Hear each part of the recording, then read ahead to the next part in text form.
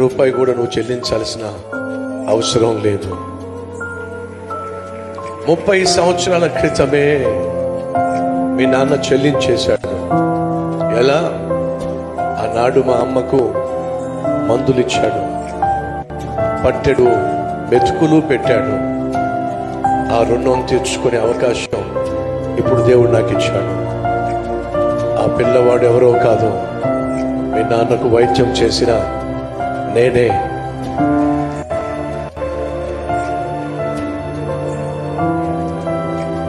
ఆ పిల్లవాడే ఈ డాక్టర్. మంచితనానికి ఉన్న తత్వము అదే.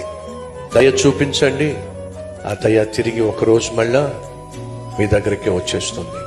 కాబట్టి దేవుని ప్రేమను క్రియల్లో చూపిద్దాం. ఈ రీల్ లైక్ చేయండి, అనేక మందికి షేర్ చేయండి. Download ShareChat.